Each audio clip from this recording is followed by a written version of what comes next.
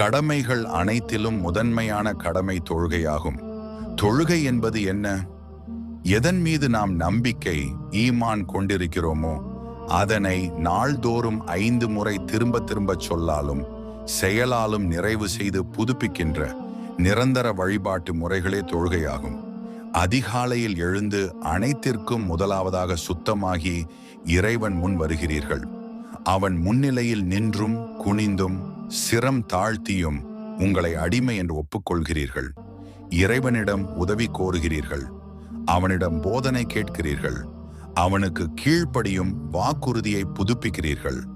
அவனுடைய திருப்தியை பெறவும் கோபத்திலிருந்து தப்பிக்கவும் அடிக்கடி இறைஞ்சுகிறீர்கள். அவனுடைய வேதத்தின் பாடத்தை நினைவூட்டிக் கொள்கிறீர்கள். அவனுடைய தூதரின் மெய்மையை பற்றி சான்று பகர்கிறீர்கள். அவனுடைய நீதிமன்றத்தில் நீங்கள் வந்து உங்களுடைய நடத்தையை பற்றி பதில் கூற வேண்டிய அந்த நாளை நினைவுபடுத்திக் கொள்கிறீர்கள். இறைவன் இதை உங்களுடைய நன்மைக்காகவே கடமையாக்கியிருக்கிறான்.